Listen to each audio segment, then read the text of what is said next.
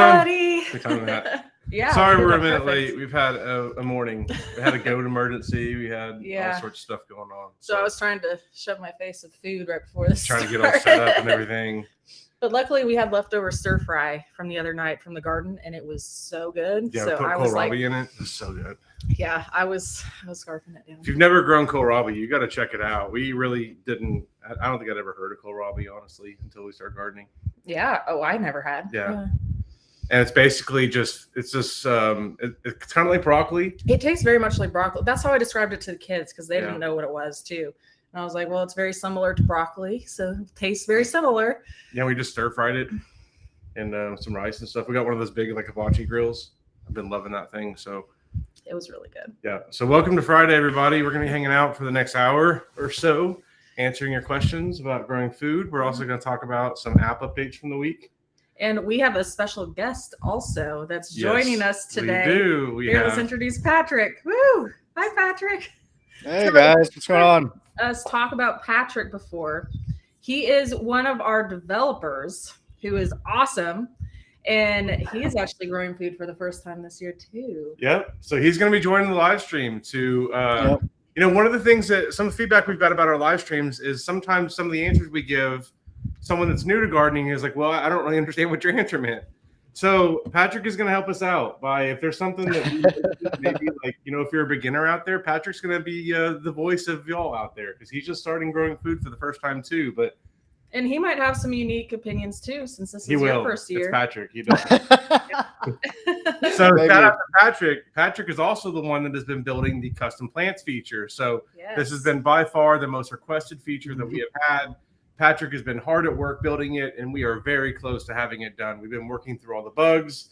Been a lot of late nights this week. Patrick and I have been going back and forth finding bugs and fixing them and all that kind of stuff. So we are very close to having that ready for all of you. And then we're moving over to reminders for planting. So that's what Patrick's been working on. Patrick also built a lot of the Garden Plus section, so all of the UI elements to that, and he's been rewriting Garden Plus to make it more stable and faster. And you're going to be seeing a lot of Patrick's work here very soon. So we're excited for Patrick to be joining us today. And we've got some questions too from the week. We've got some really good YouTube questions that we've had this week. So we're going to go ahead and kick it off by answering a couple of those, and then we'll jump into the chat and go from there. So this is the first one that we've got is about fertilizer. So Espoma is the only fertilizer that I buy in a bag. Here, you want to scoot over a little bit? They can still see you when we have that up there. There we go. So if I'm buying bag fertilizer, it's going to be Espoma. Now to save costs, I have basically made my own Espoma. And you can go buy the ingredients that they use in bulk, like blood meal and bone meal and fish powder. And we went to the organic store and spent about $600 in ingredients. We got like the huge bags full of. Yeah. And we made like a 55-gallon barrels worth. And that's, for us, that was a little cheaper than for our garden to do the entire garden in Espoma.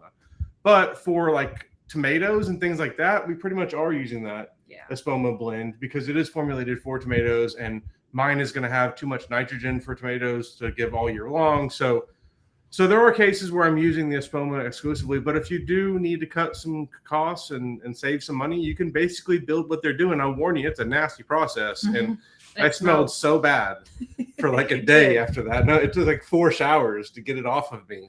So wear like a hazmat suit while you're mixing it, I'll say too. But I think we have.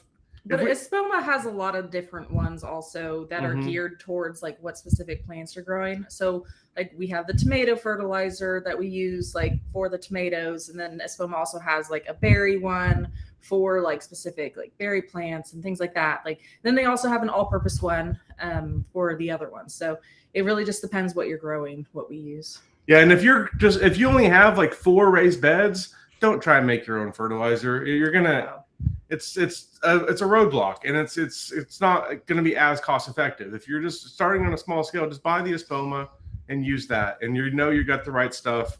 I mean, you need to make your own once you're like, we have, I don't even know how many gardens we have now. We have I mean, I don't know. We have lots of smart pots out there. We have a lot of space we're trying to fertilize. So, and I'm a nerd. I like making my own. Like it was just, I was like, "Ooh, that sounds fun. Yeah, let's make our own." So, anyway, let's jump to. But if you're looking for fertilizer, we have links all throughout the app too. Yeah, and you can save 15% right now with our code Spoon15. So next week we are going to be rolling out an update that lets you actually buy fertilizer directly through the app.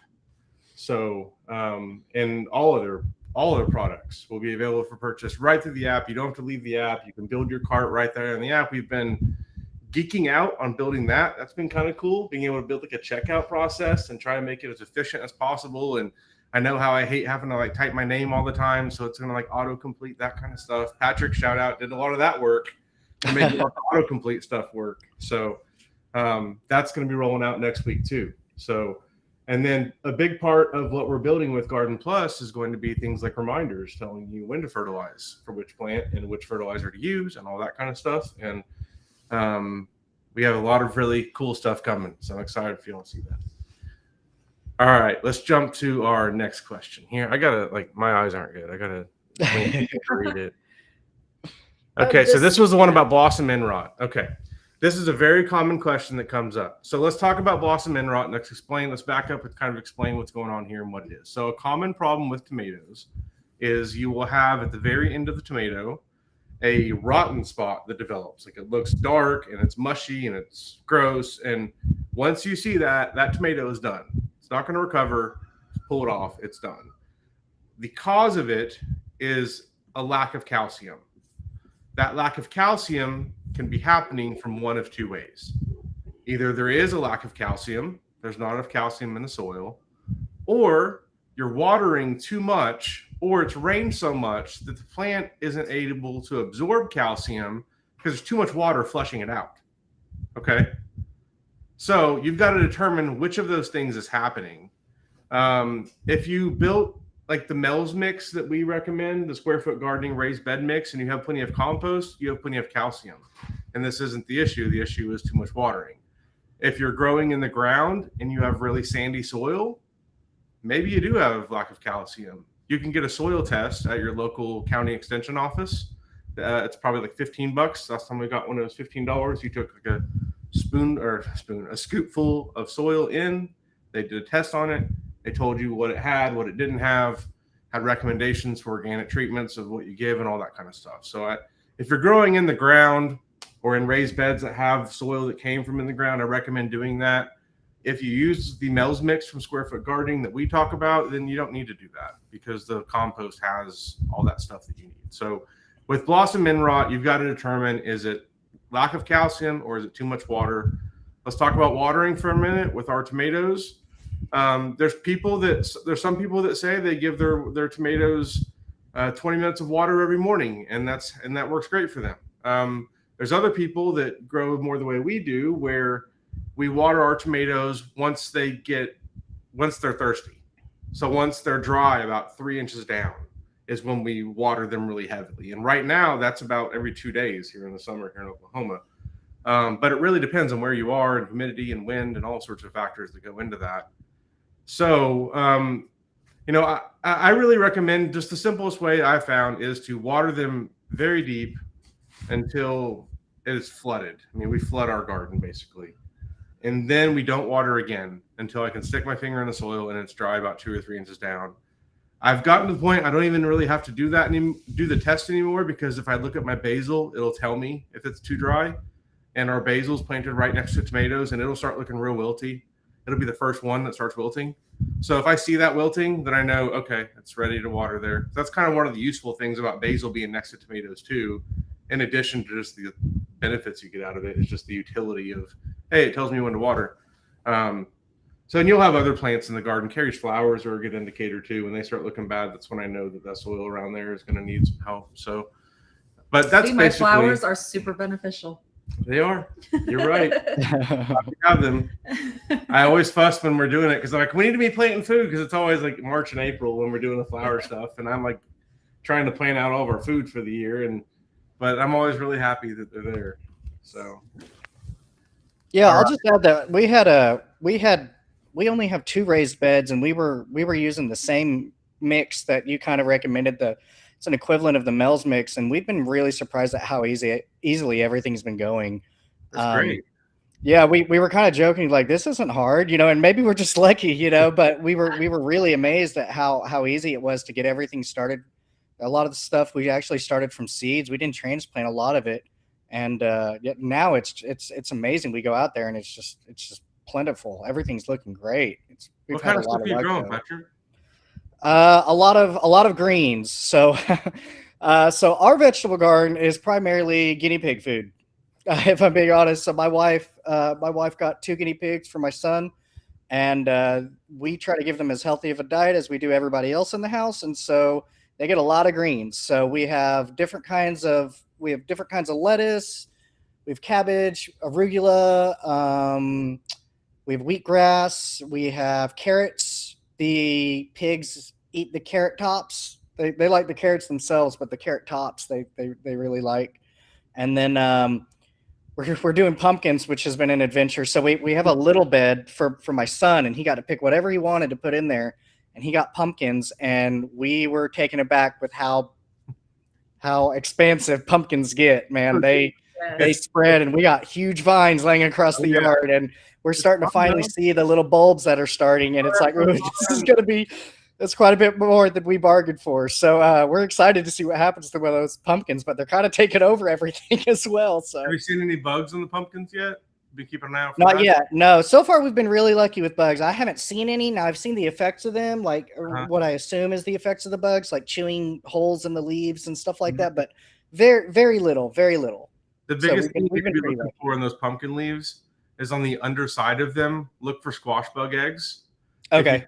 Squash bugs in the app, you'll see a picture of the eggs in there. Those leaves are huge too. I know, and it's kind pumpkin of leaves are like checking all of them.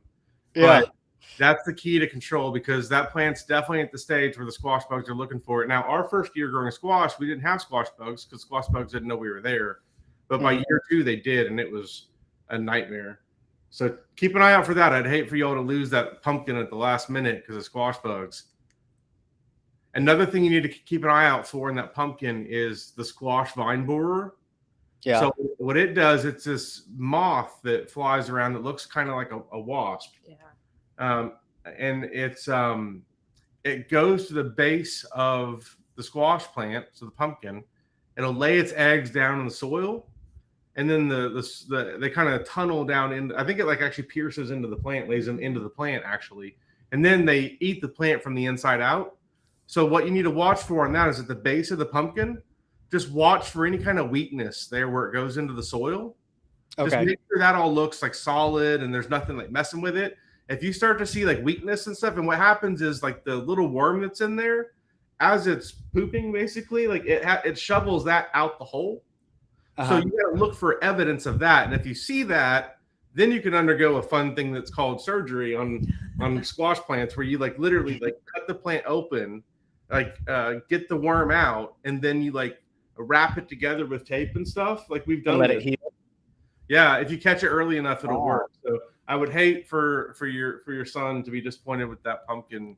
Yeah, he's looking forward to the pumpkins for sure. Yeah. So we'll definitely have to nurse it. You can also do preventative too, where you wrap the base of the plant with aluminum foil and almost down to the soil, and then that'll make it so that way they can't even get into there and lay the eggs. So okay, sweet, is always the best. Yeah, a great tip that Laura had last week too was to take a 2-liter bottle of soda or whatever and cut the bottom off of it, so then you can just put that over the plant and the plant grows through that. Oh, okay. Vine borer isn't able to get to so that. Now your plant might be too big for that though. Yeah, when I heard that, tip, it's huge now. I thought that's how we need to do our squash absolutely. from now on. That sounded like a brilliant tip that Laura had last week. Yeah, we need to do that this year. Yep. All right, let's jump into some more of our questions from the chat. That is a good question. Tomato versus ground cherry. That might be hard to tell. You might just have to wait until they start producing fruit, honestly. A lot of times. What's meant by volunteers, Dale? So a volunteer is a plant that you did not plant on your own. So a lot of times you'll have okay. grow, and then you have tomatoes that fall on the ground, and there's seeds inside those tomatoes. So then the next year, now you've got tomato plants like popping up in random places. Those are called volunteer plants. Okay. And I really like them because oftentimes they're very strong plants, and those plants have only grown in one spot. So they seem to do better than my tomatoes that I started indoors, and then they had to move them outdoors, and they had to go through this transplant shock, and it just seems like the volunteers seem to do better. So I really like volunteer tomatoes. It's kind of just a fun aspect of gardening too, just to see what Mother Nature gives you. I love when they start. When we were planting, my son started playing with the seeds, and we kind of just let him goof around because he wasn't bothering anybody. And then, a couple of weeks later, we had lettuce sprouting from the middle of the yard, and it was kind of funny and interesting. But yeah, I guess that would be considered volunteer lettuce. Yeah, or I like to do this thing where when the forecast looks like it's gonna be right for the next few months, I would just go throw cilantro seeds everywhere. And then 2 months later, now I just walk around and I just harvest cilantro around. It's just a cool experience. Especially when I'm frustrated on the computer, then I just get outside and start throwing cilantro everywhere. I like that. That's great. One other thing I want to mention about volunteers too that can be tricky is with tomatoes, especially. Most all of the tomato varieties are hybrids, unless you're buying an heirloom. So what I mean by that is a hybrid has two different types of tomatoes that are bred together to make a new type of tomato. You don't always know what you're going to get from the seed of that tomato that was a hybrid. Does that make sense, Patrick? Yeah. So you don't know which genes are going to be recessive versus dominant in that. And what can happen is you can end up with a volunteer tomato that just grows really big but doesn't give hardly any tomatoes, because maybe the parent on one side was meant to grow big and the other one was meant for the tomatoes, right? Yeah. So that is one thing I want to mention, because that can be a heartbreak. That's a bit of a gamble. Volunteers, and that's why a lot of people like to grow heirlooms. So heirloom varieties, you know what you're going to get from those seeds, like the Cherokee purple tomato. You know what you're going to get. Now the downside of a lot of these heirlooms is they don't produce as well as the hybrids, because that's why they're hybrids, right? They're bred to do better. So just a little bit on volunteers there. So our app zones, we don't actually go by zone necessarily in the app. We calculate planting dates based on your nearest weather station. So it already goes to whatever zone you're in. We're just looking at your nearest weather station. That's public data that's put out by the National NOAA. Yeah. And that's the data that we're using, and they've kept track of temperatures for a long time, and I think 100 years, and we're using that data to calculate the likelihood of your last spring frost and your first fall frost. And then we calculate planting dates in relation to that data. So it doesn't necessarily include zone. Now, one thing that we may include zone for is for things like fruit trees. Yeah, that's really the big thing. And some berry bushes, because you may have varieties of strawberries that are hardy only to a certain zone, and you would like to see that part. So I think that is one way that we would like to add zone into the app. But for planting dates, it goes around zone and goes straight to the source of the data and calculates that for you.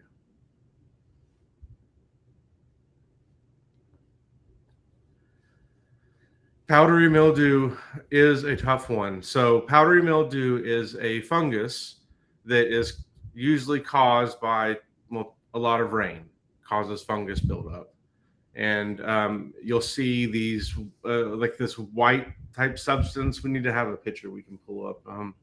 But if you Google powdery mildew, you'll see what I'm talking about. And there's a mixture you can make with milk and water. Yeah. And just spray it on. I think a baking soda mixture too.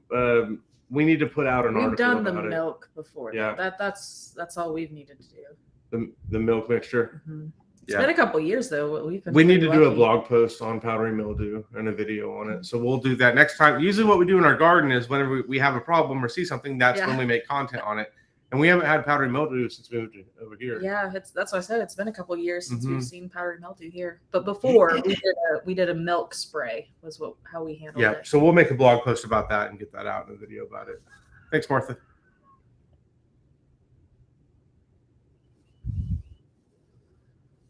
Depends on what kind of plant it is. It's hard to know. Trying to think of something I can give you at least. Maybe not planted deep enough? I don't know.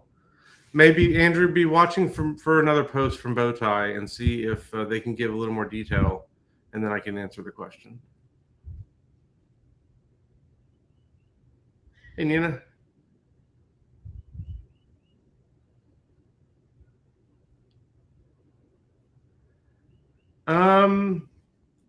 Small is fine with transplants. One of the things that... Yeah, the biggest thing I would ask is, did you harden them off before you put them outside?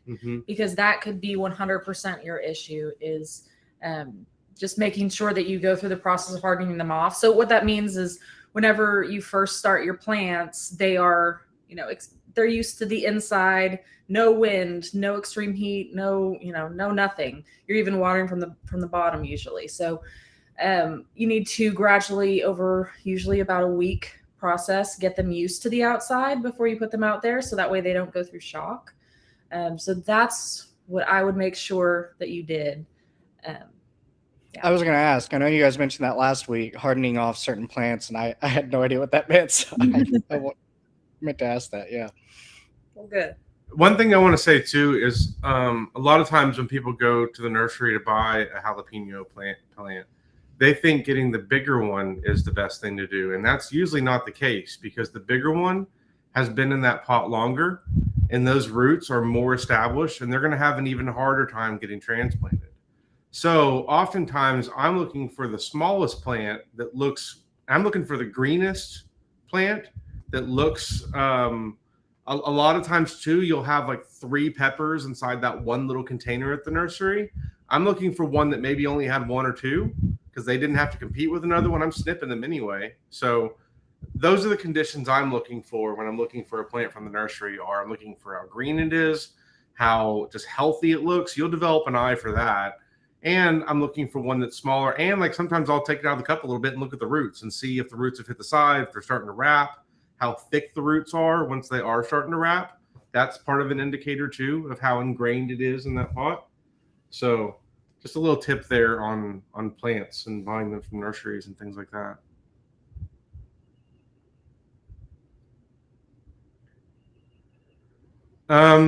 So the best ratio on this, the ideal ratio is going to be 1/3 of each. Now, I would recommend switching out the perlite with vermiculite, because the perlite doesn't quite do what the vermiculite does.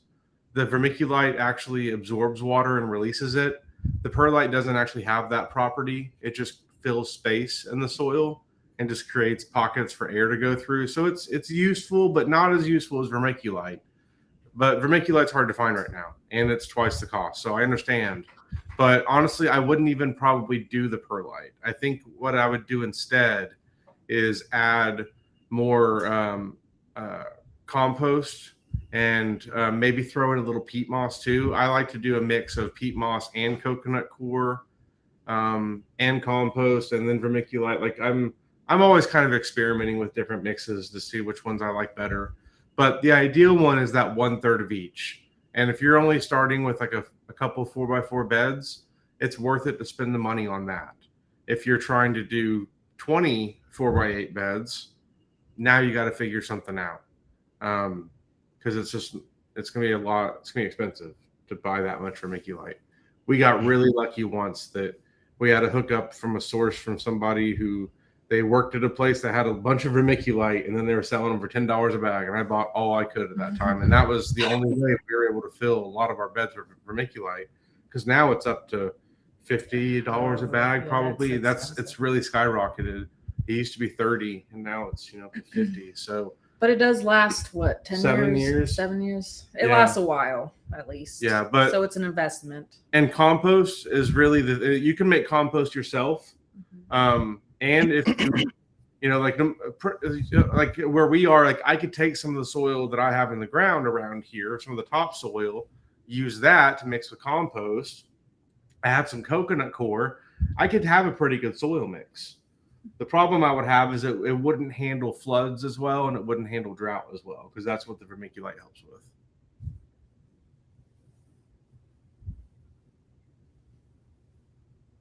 So you've probably got, you probably have some little green worms that are on the underside of those leaves. There is something called BTK caterpillar killer, and it's completely organic. It's a naturally occurring soil bacteria that they bottle up, and you can mix with water and spray on your leaves, and it kills the caterpillars, but it is harmless to humans. So that's something you can do immediately. That'll kill all the cabbage worms. It may take a couple rounds of it because you probably have little white butterflies flying around your garden. Those are the nemesis. They're beautiful, but they're a problem. So they're the ones laying the eggs that turn into the caterpillars that eat your plants. So, we've also seen the potato beetles, and they've done this damage also. And we've seen quite a few of them this year. And the lace too. I feel like the lace is something else. That's not necessarily caterpillar, but that doesn't. Yeah, that's why I thought maybe the potato beetle, because that was specifically like the lace. I was like, that's kind of what ours looks like when I saw the potato beetles. I would throw up some insect traps. So you can buy little yellow insect sticky traps and put them all around that area. And that's going to do a couple things. One, it's going to help catch the pests. Two, it's going to tell you what you're dealing with, because you won't see caterpillars on there, but you'll catch potato beetles on there, and you'll catch cucumber beetles and things like that. So you'll be able to see what you're dealing with, and then you can really hone in on what to do from there. But definitely the caterpillar killer is something that I would recommend doing. And you can find these products too through our app. So check out our shop section, and you can find in the pest section, we have all the information, and then we have links throughout. And then there's the yellow sticky traps in there too. So just go to shop. I think I'm gonna need to pick some of those up. I'm having the same problems, little holes and everything. So that BTK, does that help with something outside of caterpillars, or does that only target caterpillars? Okay. Only caterpillars. That's fine for worms. That's a common question we get. It's fine for worms. Okay. One thing that you can do to avoid even having to do this at all is use insect netting. So you can make a really easy dome that goes over your garden out of PVC pipe. We have a video where we've shown how we make these. And that goes over your garden, and then you can buy insect netting through the app as well. And then you just lay that over the dome, and you have like clips on the corners to hold it in place. And now they can't get to your plants to lay eggs. So it's also really nice to have that in the summer because it creates some shade. So like with your lettuce and stuff, Patrick, they're going to be really soon. But that means the middle of the lettuce is going to get hard and then like shoot up and start to make flowers. And at that point, your lettuce harvests are done. Well, it's good for the insects, though. Yeah. Well, it's still, and I'm sure your guinea pigs will still eat it. They'll like the flower. And they'll attract the facials and stuff. But like you're not going to get like the lettuce that you want to eat. Yeah. Don't worry, the guinea pigs are going to be fine. We're looking out for the guinea pigs. We'll give Patrick more seeds. We'll give him lots of radish because you can just keep it going too. Because you can grow that. Yeah, they're going to be I was just going to say they're going to be the best well-fed guinea pigs, the healthiest diet of anybody, I'm sure, from all of our gardening efforts. I guess we need to see the spoon video, what to grow for your guinea pigs. We can help with that, yeah. Hey, Brenda, it is not too late to start a vegetable garden. Absolutely no matter where you are in the country, there's something you can grow right now. If you check out our app, there's a filter in there called Can Be Planted, and that will show you everything that you can plant where you are now. So here in Oklahoma, it's still a lot of options for us. But really, we're starting to think about things like sweet potatoes and okra and squash and peas, cucumbers and watermelon. We're full swing of that season, and more like zucchini. That's what we're thinking about here in Oklahoma. But in Denver, y'all are probably still thinking about things like tomatoes and maybe still able to get some other stuff in too. So it just really depends on where you are in the country. But no matter where you are, there's something you can grow. Even if it's on the hottest end of the spectrum, you've got okra, and on the coldest end of the spectrum, you've got kale. But somewhere in between there's going to be something you can grow right now. Yeah, but check out. Yeah, I'll say. Oh, I'm sorry. Go ahead, Carrie. Oh no, I was just saying, make sure you check out that can be planted filter because it'll. Yeah. Make it and I was just going to say that we actually started peppers in my son's little garden. He wanted which is crazy. He doesn't eat peppers, so I don't know why he wanted peppers, but he wanted peppers. So we started peppers. We started them outside in the ground before we knew that that's probably not the best way to do peppers. You know, as far as I can tell now, you want to start them inside and transplant them. But I'm trying to think. Once that didn't work, you know, they kind of grew and then they just stopped or whatever. And I'm trying to think. We put something else in there. Just a week or so ago, and it's already sprouted and it's doing well. I can't remember what we put in there though. I wish I could remember, but yeah, we were kind of surprised that we could start as late as we did too on those, but they're doing great. So, yeah, just wanted to add that bit. That's great. So I don't think I've ever been to Indiana, so I don't think I can't tell you too much about the climate there. I don't know enough about what the weather is like there. I'm betting you are fine for yellow squash and zucchini and bell peppers. Collards, I'm not sure. But if you look at our app, it'll tell you 100% because that'll use your nearest weather station, and it'll tell you for sure. But you're probably going to be fine with the squashes for sure. And assuming your nights are out of the 50s, then bell peppers are going to be fine too. I don't like to plant mine until the nights are in the high 50s. Like we've crossed over that 55 threshold for nighttime temperatures consistently. That's when I'm planting my peppers and my tomatoes. But squash is a little less sensitive, so I think you'll be fine on that even if it's getting in the 50s.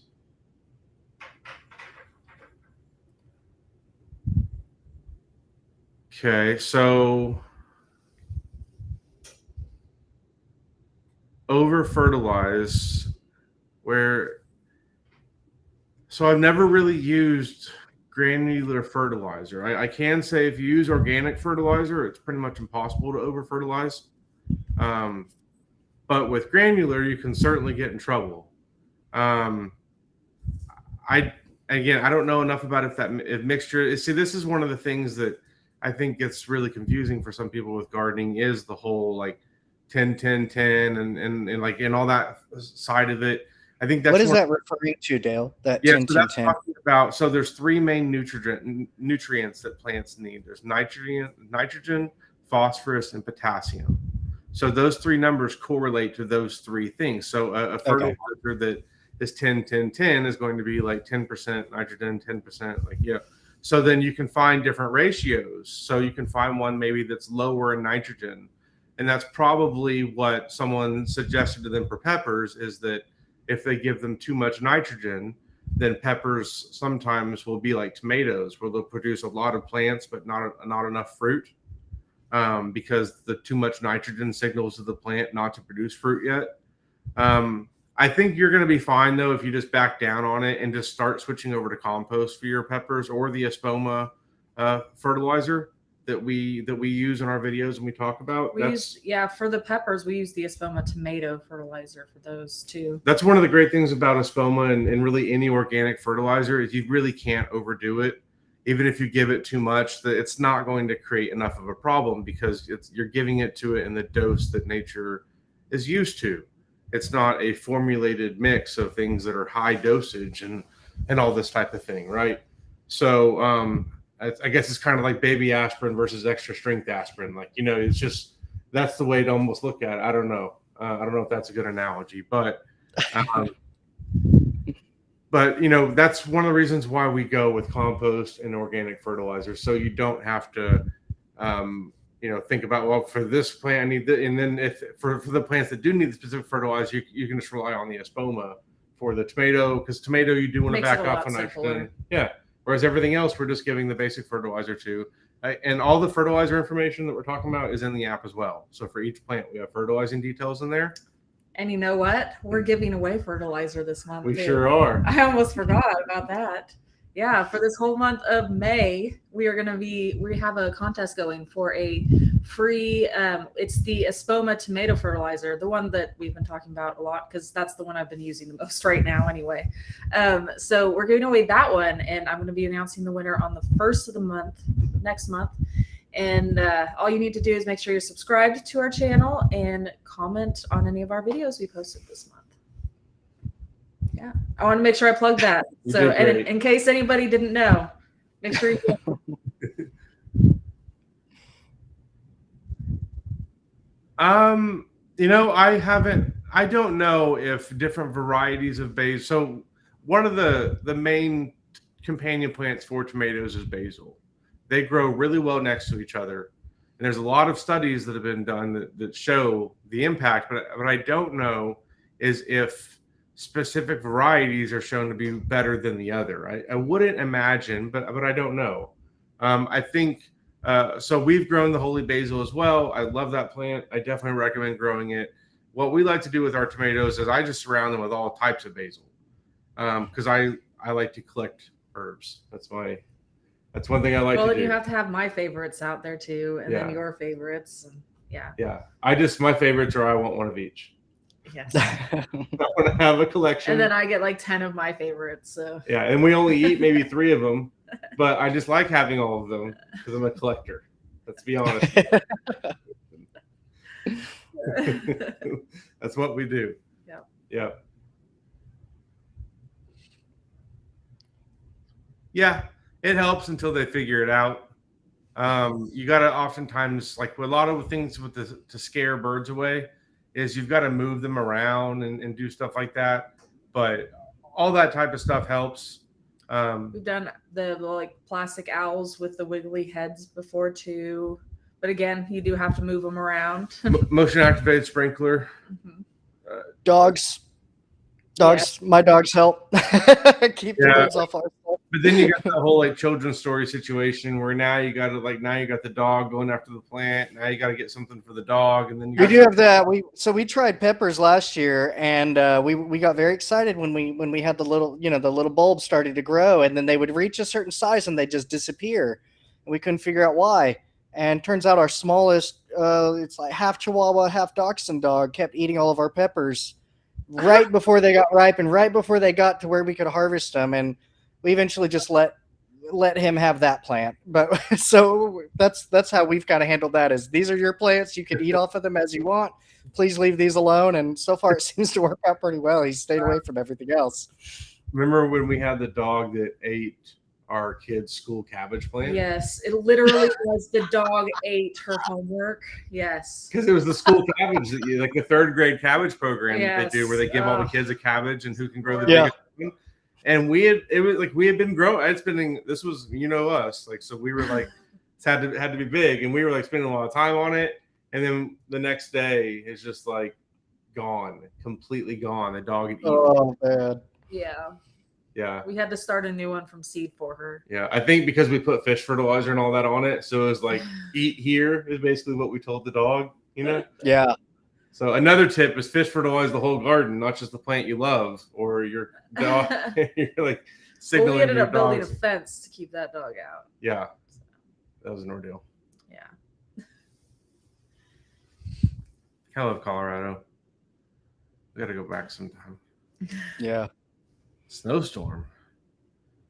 Well, depending on what they are. If they're tomatoes and peppers, you're going to have problems, and you may not be able to keep them alive unless you move them indoors. If it's spinach or carrots or lettuce or peas, they're going to love the cold. They're going to taste better now. So it really just depends on what it is. If you go into the app, there's a section in there for hardiness, and it'll tell you what temperatures plants can survive. Whether or not it's light frost or hard frost or things like that. So that'll tell you what will survive and what you have to bring in. The bed sheets will help though. What we did here, I mean, we don't nearly get as much snow as you do, but what we did is we have those PVC dome hoop houses, and then we put plastic sheeting and attach it to that. So that way, like, the snow isn't like smothering the plants. It's just kind of getting all collected around that dome. That was going to be a question that I had, is the bed sheets on the plants, is that used to keep the heat in or to keep the snow off, or a combination therein, or what's exactly the goal of the bed sheet or any sort of covering, I guess? So with like things like lettuce and in particular, and some of the greens, like whenever they're sitting in the water and like the cold, like the leaves can get damaged. That's one of the big reasons. Now the plastic will actually create like a bit of a barrier there, where it'll be a little bit warmer inside of there. Okay. I was wondering if that, like the greenhouse effect, where it's a bit of a greenhouse effect, but it doesn't as well as like a big greenhouse. Yeah. Okay. Because it'll still let moisture in, but it won't be quite as much. Yeah. The biggest issue is really with like the freezing temperatures, because it creates that barrier where it doesn't get quite as cold. So snow isn't actually as bad for plants. It can be actually good because it insulates the plant. Yeah. But when we get like these just freezes that come through where it gets down to like, -10 or whatever we get after, like we're in the 40s the week before, the 60s the week before, or whatever it is. Yeah. Yeah.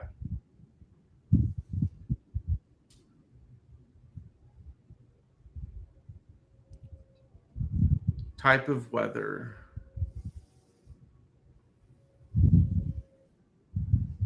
Maybe Donna, could you email me some more details on how you think that feature would work? So like maybe an example of a plant and what type of options you would like to see for it. I would certainly love to talk to you more about it. I don't immediately understand what you're asking for, but email me here with your ideas, and I'd love to talk to you and learn more about what you're suggesting.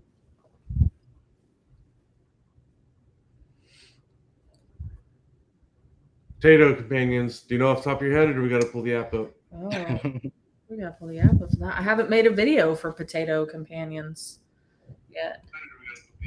Uh-oh, I've got YouTube going. All right, let's pull potatoes.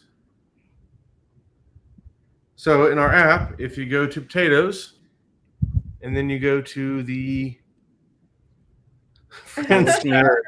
I think it's mirrored. Fancier software company, but nope, this is how we're doing screen sharing. So if you go to friends right there, you can see what all we got. And so beans are going to be a great companion for potatoes because they're going to give nitrogen to them. Basil is a good companion to help with pest prevention. Looks like a lot of brassicas. Yeah, peas are a good companion. So check out the companion section there for potatoes or anything else that you want to know the companion for, and it'll show you right there. I feel like when in doubt, just plant basil. It seems like basil is a good companion plant for a lot of other things. Yeah, same with oregano. I feel like Janae, my wife, went through and planted basil with just like in one square of everything when we were doing square foot gardening. Just, is there any way that would hurt anything that we're planting? Like too much basil? Oh, you know what? There is an enemies section. We got to look up basil enemies and see. Now I'm going to find out we totally messed up our garden by doing that, probably. Oh, no. If there is anything, there's not a lot. Okay. Okay. That's good. Brassicas. Better now. Yeah, brassicas. Brassicas are. Have you heard that term before? What's that? Brassicas are a family of plants. You're going to hear that a lot in gardening. Oh, okay. And it basically is the collection of broccoli, cabbage, and cauliflower, and kohlrabi, and Brussels sprouts. So the reason why is because all of these plants were developed from the same wild mustard plant. So broccoli and cabbage, and cauliflower, and Brussels sprouts all came from the same plant. And then they've evolved them over the years. But so that's all kind of under that same family. Oh, wow. It's an interesting tidbit there. Maybe interesting, maybe not. Okay, so this was a question from earlier where the plants shriveled over. So I'm wondering. It sounds like they got hot and they just need to do the whole hardening off process with them. Well, this was their maybe first hour of hardening off. It sounds like first hour outdoors. So maybe make sure you have a shaded area. Because I do recommend the first time you put them outdoors, make sure that they have some shade, or at least if they're getting sun, make sure that it's filtered sun. Mm-hmm. So that way. I will say too, with both of these plants, I would just put a seed right in the ground where you want it to be, because they both sprout really fast and they're going to do better. Those are plants that we don't really ever do transplants on. unless like I'm at a nursery and they have a variety that looks interesting and I've never been able to find a seed for it, then I might buy one. That's really the only case. Otherwise, I'm starting them from seed because they grow way better that way and they're very fast. So I know some people start them indoors earlier on because they want to get a head start on them, and I understand that. But especially once we're in this part of the season where you can put a seed in the ground and you've got a decent sized plant in a week. At least here. Yeah. Yeah. The rooster disagrees, I think. It's his name. Yep. He's at our front door. Yeah. We thought he was a hen until about 2 weeks ago when he started doing that. And he was called Rora, and now he's Rory. He's our best chicken. Right? He's the best chicken. He is a great chicken. Is he your favorite still right now? Yeah. I love him. Yeah. Mary trained him well. Recently transplanted blueberry plant, and the leaves have gotten pinkish brown, and the leaves are, oh, this tells me pH. Yep. Soil acidifier. Hold on 1 second. We actually have some sitting, right there. He's grabbing it. Yeah, we actually just ordered our Espoma fertilizer because we are going to be transplanting a blueberry plant here shortly too. You need this. When you plant blueberries, you need soil acidifier. It's the only plant that has this magical thing you hadn't heard of till now. Everything else is fine without it, but blueberries need acidic soil. Tomatoes also like acidic soil, but they don't require it. And if you just use like a little bit of peat moss, it'll make it acidic enough. They do fine. So, but blueberries definitely require it. And is that something that you just sprinkle on like in the bed that it's in, and it like when you as you water it eventually trickles down into the soil, or how do you apply that really? Usually I mix it into the top few inches. Okay, cool. Because if you just put it on top, like sometimes with the smart pots, if we get like a heavy rain, sometimes it'll like go over the sides, you know. And I want it to get in there, so I just kind of mix it in the top few inches. That's what I do with the compost, fertilizer, all of it. Cool. Now I'm careful where the plant is because that's where the roots are, right? So I'm doing like around the edges and stuff like that. Yeah, we usually mix that in right before we transplant over the blueberry. Mm-hmm. So we get it all ready for it before it goes in.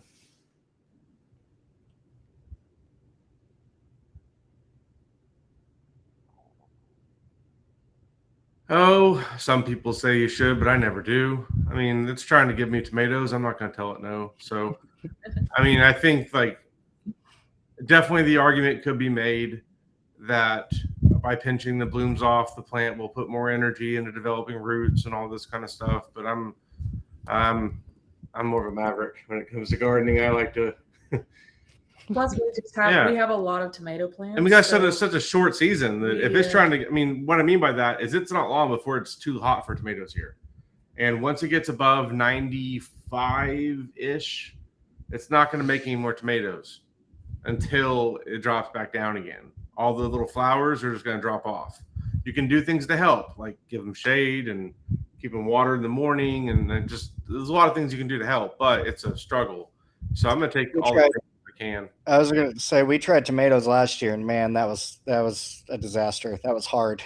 I think we might have started too late though. So I think that might have been on us. It can be one of those that's difficult, especially for the shows and stuff that we've done. It always seems like the number one plant that people are having a hard time with sometimes is tomatoes, man. Yeah, we always recommend doing cherry tomatoes just because they're smaller, so there's a lot. They come a lot faster, so that way, you know. I'm pretty hands off when it comes to tomatoes too. Like I don't like to do a lot of pruning or I like to let them do their thing, and I make sure I give them plenty of water and plenty of food when they need it. But the more that you mess with your tomato plant, and the more that you like mess with one tomato plant a whole lot, and now you mess with another tomato plant a whole lot. Like you are the host for pathogens at that point, and you are the one moving stuff from plant to plant, right? So I try and like choose varieties that are going to be disease resistant, make it easier. Like that's one of the biggest things. The Parks Whopper, like it's disease resistant, so it makes it easier. Our Parks Whopper is doing amazing. It looks so good. It's the best looking tomato we've ever had, as far as like a beefsteak type tomato. Yeah, it's looking amazing. Yeah. I want to go look at it again. I just like looking at it. I know. I feel accomplished every time I look at it. Yeah.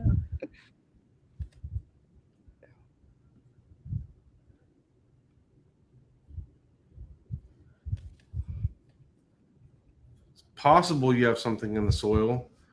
If you have the ability to try in a different bed, I would certainly try that.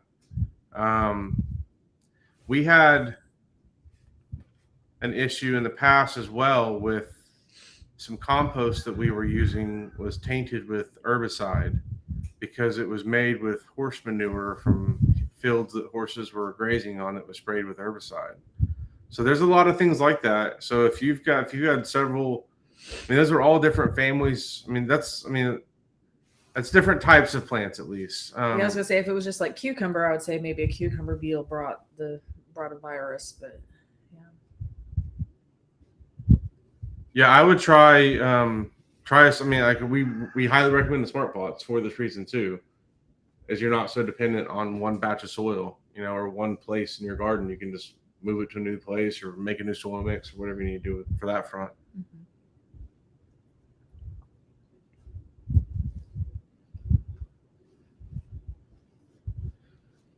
We've been having a lot of potato beetle issues with some of our transplants lately. They can be difficult because there's not, we don't really use any pesticides. So when you're not using pesticides, you're going to be relying on things like sticky traps for beetles. That's a big thing that can help with them. Yeah, those yellow sticky traps. Yeah, Diatomaceous Earth can help as well. Mm-hmm. If you're not familiar with Diatomaceous Earth, you can buy it in big bags at like Tractor Supply or like Walmart even, I think, has them. We like to buy it in bulk. And it's just the fossilized remains of sea creatures from long ago that they crush up and make into this tiny, tiny powder. And it once that powder coats the outside of the insect, it can't breathe and it suffocates. So it's not like pesticide or anything like that. It's what's called a mechanical control of killing insects where it shuts down their breathing. I'm pretty sure neem oil. Yeah. Neem oil is something you might be able to use. It's difficult for us to use right now because if the temperature is above 90, then neem oil can kill your plant. Neem oil is made from a tree, actually. It's an oil that comes from that tree that is a natural insect repellent. But any type of oil that you spray on your plant or any type of soap spray or anything like that can suffocate your plants if it's above 90 because the plants breathe through their, it makes it where they can't breathe basically. So we got to be really careful of that type of stuff in the summer. One of the best things that you can do is to do companion planting to help. You can plant things like, that are strong smelling like basil and herbs and like oregano and things like that, because those will actually make it harder for the beetles to find your plants because the beetles are looking for their plants based on their sense of smell. Did you say marigolds? Marigolds are another thing that you can use too. Yeah. What about something like citronella? Is that bad to be planted around other plants? I know that's something that produces a strong smell. No, I think that would be great for the same reason too. That's one of the reasons why they say it helps with mosquitoes. Now, I have had a chair on the back porch that has like 15 citronella plants around it. It was like a throne of citronella for Carrie because of mosquitoes. Because when we first got together, she was like, she hated going outside because of mosquitoes. And I lived outside. Because the mosquitoes just love me. Yeah, they love me too. She's a magnet. Yes. So I'm very tasty, I guess. So even like sitting basically on a throne of citronella, she still got eaten up. Well, I don't think anything's going to help me. The cedar oil works really well. Remember that cedar oil stuff we were using? Yeah. You smelled like a cedar tree all the time? But that's fun. I would much rather that than itch everywhere all the time. Yeah. It kind of smells. I should just wear that as a cologne. It kind of smells like it, Oh, man. Maybe we've diverted to that. Yeah. That's that point of the live stream where we're talking about cedar oils. Strawberries are difficult to grow from seed, and we've never really done it because of that. We only buy transplants, or you can actually order starter sets through our app where you get 20 for $8. They're on sale right now for $8.95, You get 20 of them for that. They're just bare root strawberries. I would do something like that in a biodome. That way you've got a really good chance of germination and success there. With transplants, usually like that's what we're doing on those. It's just fine. How are y'all looking here in Oklahoma? We transplanted a strawberry plant, and ours are kind of what Shauna's describing. Ours are like it looks fully mature. It's very red, but it's still very small. Well, ours doing better than that. Well, you got to change your expectations of what a strawberry is supposed to look like too. That's a good point. Strawberries you're used to seeing from the grocery store are not the way they're supposed to look, and the ones you eat from your garden are going to taste much better because in that small little strawberries we packed all the flavor, whereas the ones from the grocery store they bred to be really big, but they lost their flavor in the process. So, and also for a young strawberry plant, it's going to make smaller strawberries. The older that plant gets, the bigger strawberries it's going to make. So you just got to be patient with it. This is one of those things. Okay. Some people will pick the strawberries or not let the plant make strawberries early, and I'm like, nope, I'm just going to let it. Yeah, because they taste so good, even though they're small. Like it literally tastes like it was like rolled in sugar. It's incredible. You'll never want to eat a strawberry from the store again. I'm going to go out after this, as soon as I'm done here, and I'm going to go pick that strawberry and eat it now. You will enjoy it. Trust me. I'll try it. I want to go check our strawberries out too. So there is a test you can do. It's a very old video that we made. This is several years ago that we made a video. And we have a blog post about it too that talks about how to do a test to see if your compost is okay. I don't want you to be paranoid about it though, because I was the one that made the compost, and I was the one that bought the horse manure off of Craigslist. So it was my mistake, and that was when we started. That's when we started getting giant rabbits. Because we stopped. I told myself I'm not bringing in like the free compost from our local compost facility, things like that. Yep, we stopped. I stopped bringing in any animal byproducts that weren't an animal that I owned. So before that, I was getting horse manure and cow manure and things like that, so I could make my own compost. I stopped all that, and we got rabbits. And now we just a lot of the compost that we get, we buy from a local place here in Oklahoma City that I trust. And I've done a lot of tests on their compost. I know it's good. There's a lot of people using their compost. And if there was a problem, I know the gardening groups will be letting me know in a hurry. So, it's also important to get a mix of different types of compost. Don't put all your eggs in one compost basket, if you will. I like to get every type of compost that my compost place has. Sometimes they have up to 5. They have compost that comes from the zoo. That's pretty cool. It is fun. Zoo poo. Yeah. It's like zoo poo. Elephant poo in my garden. Yeah. Yeah. Helps. Carrie, I saw that somebody posted something in the chat about drinking mint-infused lemonade for mosquitoes. Oh, no, I'm thirsty. Me and you are going to have some cocktails next time we hang out. So maybe we can get the mosquitoes to leave us alone together. Thank you. I miss the summer drinks. We have a lot of mint out there. I'm definitely going to try that. It's like the only way we use mint really is in the summer. We'll fill up one of those really big glass jars with water and then a bunch of mint leaves and some cucumber. We would have like cucumber and put it in the freezer. Especially when you're hot from being outside. Yeah, so it's like ice cubes, but it like still brings in some of the fresh. It's really good. Yeah, lemongrass oil. We've used that. What we used to do in the past was we would make this. So the cedar oil, it was called Cedar Side. It's just cedar oil. We would take that and then put some lemongrass inside of that cedar oil and then make that as like a homemade bug. Don't we have a blog post about your homemade bug spray? I'm pretty sure we do. It was like one of our first blog posts like 5 years ago. Yeah, I'm pretty sure we do. I'll have to like. I forgot we did all that. I'll have to like go in and edit them. Like you have like blog posts about like diapers, how to like use cloth diapers and stuff. Oh yeah, probably doing that again soon. 5 years ago. Now we have a new one coming, so we'll be having more. We kind of specialize in the gardening stuff now. We kind of get out of the diaper. Yeah, that's not going on. Yeah, that was the early blog post, and we're trying to figure out what From Seed to Spoon was. Yeah, that was when it was and more. And more From Seed to Spoon and more because we thought we were clever because. So it was From Seed to Spoon and more, and the ampersand looked like an E. I was so excited about that idea. So excited. It was so dumb. You know what? One year I actually did take a whole bunch of B12 vitamins for mosquitoes. Did it work? Yeah. Oh. I think that's the Why'd one. you stop? Well, Forgot? If you want to hear something gross. Oh, I don't want to do that. I gotta save our viewers. Our viewers. Why did I say? I'll say that I use a lot of B12 in some of the energy drinks that I drink. Not the like canned energy drinks, but like the stuff you mix in with water. And this year, mosquito. I got one bite. The other day when I was sitting outside with my wife. We were just kind of chilling. But other than that, I haven't been bitten much at all. So maybe that's the difference maker. I don't know. At least for me, seems to be working. Mosquitoes in this live stream. Yes, we are. We are solving. Hey, it's a problem that's everywhere. Yeah, everyone hates mosquitoes. Yes. Poor mosquitoes. Everybody hates mosquitoes. I need to add mosquitoes into the app. That's what I need to do. Yes, that's what I need to do. Let's do it. It'll be coming soon. We're gonna make Patrick work on the pest section now.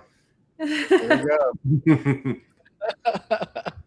All right, everybody. Well, we hit an hour. Yeah. It always goes by so fast, but I appreciate y'all joining us. Thanks for joining us, Patrick. Thanks for having me. I had fun. It was a good time. Thanks for all the questions and suggestions. It was really interesting seeing what you guys are doing on here. So being a part of it. And Patrick and I will probably be back next week to show some custom plant stuff. So that'll be fun. That'll be fun. Give you guys a little teaser. Yeah, I think we're gonna start doing more updates from our development team to the users, showing some of the stuff we're doing on. So I want to show some of the custom plant stuff next week and give you all a preview of what's coming. So we're really excited about it. I think it's exactly what y'all have been asking for. So, all right. Well, thanks for joining us, everyone, and we will see y'all next week. Hope you all have a good weekend. See y'all later. Bye, everybody.